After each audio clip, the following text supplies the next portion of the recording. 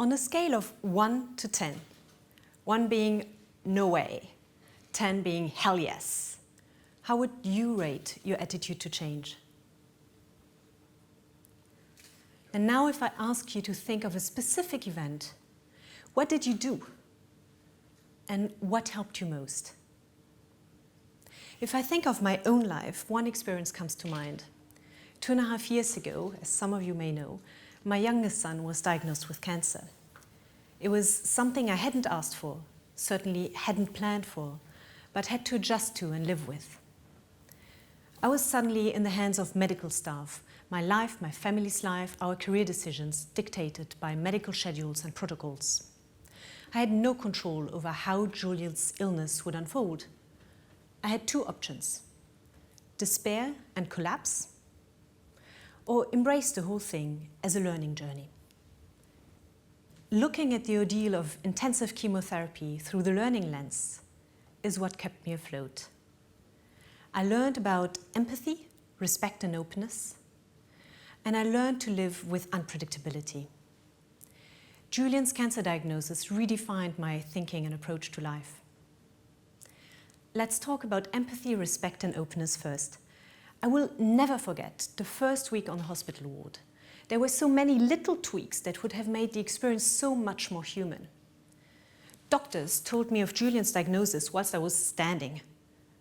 It was horrible. Medical staff kept us in a vacuum of information.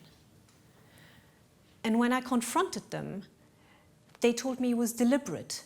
Parents found it easier to cope when they did not know the full extent of what was yet to come. I demanded respect and openness, an adult-to-adult relationship, with medical staff letting me make the call as to how much information I think I can handle.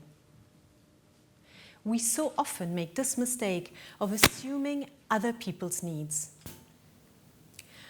I'm much more curious now as a result, trying to truly understand the needs, desires, aspirations and fears of people around me. Relationships have become deeper. At work, this made me a huge fan of customer-centered approaches, rapid prototyping and constant iteration. Design thinking is one such approach. A really important part of the process within design thinking, the ideation phase, focuses on building deep empathy with the people you're designing for. So you would talk to experts, you would look at analogous situations, and you would immerse yourself into their day-to-day lives, truly trying to understand how they live, what their fears are. So you would solve a problem from their perspective. Rather than lock yourself into a little bubble and design away, your goal is to get to a minimum viable product as quickly as possible so that they can give you feedback and you can iterate and make adjustments as necessary. Sometimes the customer is happy with just 20% of the features. It's great. You save a lot of time, you're done, you can move on to the next project. Sometimes the customer tells you that you're completely on the wrong track. It's much better to know that 2 weeks into a project rather than 6 months in. Customer-centered approaches are great for innovation, for productivity, and they also ensure that we put empathy front and center. The first weeks in the hospital were really tough. True empathy was scarce. My childhood friends all far away. So I had to dig deep to find the resilience required to make it a happy and a fun experience for Julian. I had learned about empathy, respect and openness, and the next step for me was to become comfortable with unpredictability. For someone like me, who is a planner and organizer and projects herself far into the future, not having any control over the day-to-day, notwithstanding the next 4 years, is tough. My beautifully crafted plans, and I had a lot of them, would regularly blow up in the air. So operations needed to be rescheduled, medication doses adjusted, at times entirely dropped, and my work and my sleep would get completely disrupted due to unscheduled hospital stays. It felt like a control freak detox camp, and for those of you who know me, you know that. But I realized that control is in fact only an illusion. Life is far too complex and interconnected for us to be able to foresee with absolute certainty what the effect of one action will be. You may want to think of the butterfly effect in that context, where the tiniest influence on one part of the system can have a dramatic impact on another part. Rather than focus a lot of time and energy on constant planning, I had to let go and to go with the flow and dance in the moment. I started using adaptive action, another emergent methodology, where this approach is grounded in chaos theory and thinking on complex adaptive systems. There it operates in incremental cycles of observation, analysis, and action. It's easy to remember through the following questions. The observation would be, what do I observe? Then you would look at, now what are my options? And then what do I do? And I would regularly go through these cycles. So how did this help me in my personal life? It led to really unusual outcomes. I swallowed my pride and asked my parents to move to London and help us juggle the complex logistics of full-time job, 3 kids, and a full-on medical schedule. I became a hardcore negotiator. I negotiated time away from the ward from my son. It was strictly against the hospital rules. But he really wanted to have a look at the double-decker buses. It made him so happy. Every time I took an action, I would start the cycle again. What do I observe? So what are my options? And now what do I do? I unlearned control and embraced emergence. And this unlearning in my personal life also led me to question ways of working at work. I was suddenly really struggling with the traditional waterfall project management approaches. So for those of you who don't know, in a traditional waterfall approach, you would usually anticipate upfront all of the features of an end product. And you would then elaborate a detailed, oftentimes multi-year plan as to how you go against delivering those features. You would report implementation against that plan to your senior stakeholders, but the client would only see the final product sometime in the future. I could not see how such an approach would still work. Waterfall approaches make a lot of sense if you have a well-defined problem in a stable environment that is unlikely to undergo any significant change. Today? So, rather than chocolate, my poor team got a book for Christmas. In fact, Jeff Sutherland's The Art of Doing Twice the Work in Half the Time. So some of you will be familiar with Jeff. He's the co-creator of Scrum, an agile project management methodology.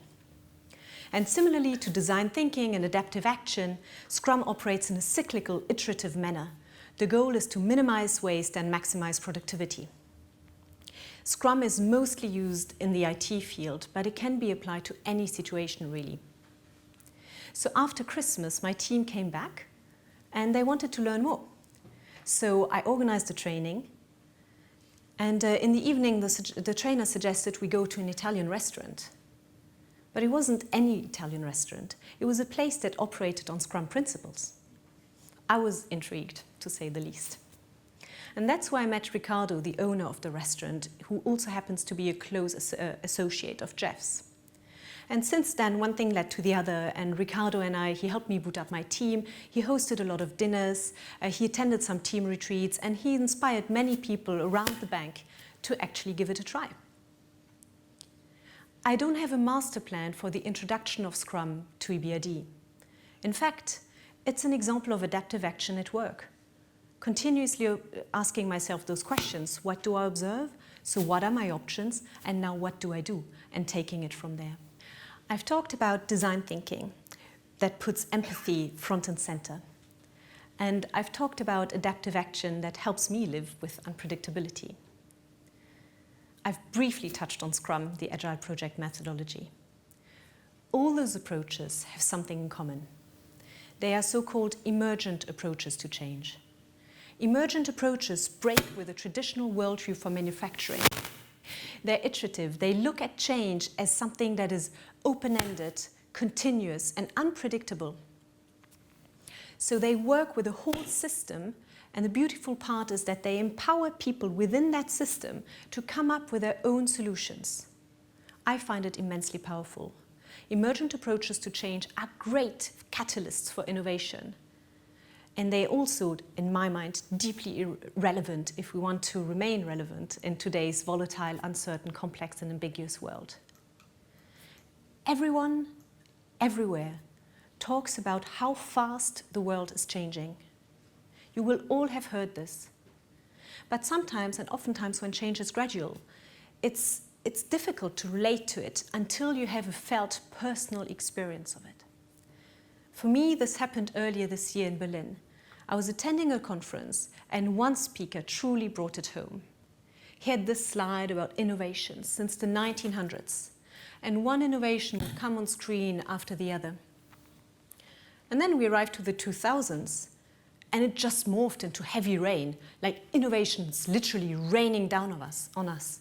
The iPhone, social media, sharing economy, drones, Bluetooth, 3D printing, digitization, artificial intelligence, quantum computing, Internet of Things. And I'm not even going through the whole list. Things that are absolutely normal for us now didn't even exist 5 or 10 years ago. And the sheer volume of innovation also has an impact on company longevity. If you look at the S&P 500 companies, the average lifespan now is less than 20 years. It was 60 in the 1950s. So companies that don't adjust to trends of the future simply don't survive. So how do we deal with change in this new, fast, much more complex world? It doesn't matter whether your attitude to change is a 1, a 10, or anything in between. What matters is how you deal with it.